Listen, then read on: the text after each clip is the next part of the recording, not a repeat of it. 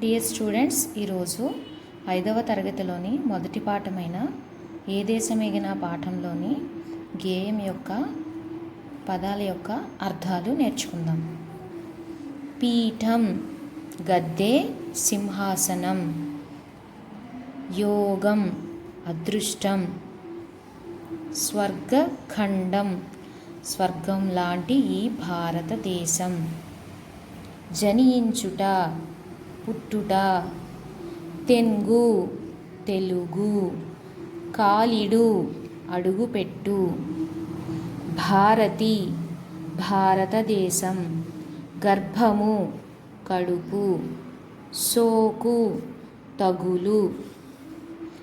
అనంతం అంతులేనిది. మళ్ళీ ఒకసారి చెప్పండి. పీఠం గద్దె, సింహాసనం. యోగం అదృష్టం. వీడికి అదృష్టం కలిసి వచ్చిందిరా అని అంటాం కదా, దాన్ని యోగం అన్నమాట. స్వర్గఖండం స్వర్గం లాంటి ఈ భారతదేశం. అంటే ఖండం అనేది ఒక దేశాన్ని సూచిస్తూ కవిగారు ఇక్కడ రచించారు.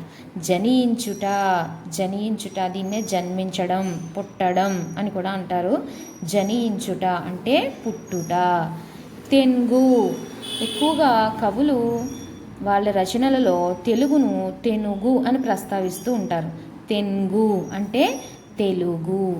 కాలిడు అంటే అడుగు పెట్టడం అన్నమాట, అడుగు వేయడం. కాలిడు అంటే అడుగు పెట్టు. భారతి భారతదేశాన్ని ఒక స్త్రీతో పోల్చుతూ భారతి అని కవిగారు ఇక్కడ రచించారు. భారతి భారతదేశం. గర్భము కడుపు. సోకు తగులు. చూడండి, జ్వరం సోకింది అంటారు పెద్దవాళ్ళు. సోకు అంటే తగులు అని. జ్వరం తగిలింది, జ్వరం సోకింది అంటారు కదా. సోకు అంటే తగులు. అనంతం అంతులేనిది. అనంతం అంటే అంతులేదు. నెంబర్సు అతిపెద్ద సంఖ్య చెప్పండి అంటే ఎంత? అనంతం. మనం చెప్పలేం, ఎన్నైనా అంకెలు మనం చెప్పుకోవచ్చు. అనంతం అంటే చెప్పడానికి వీలు లేనంత ఎక్కువగా ఉన్నదన్నమాట. అనంతం అంటే అంతులేనిది.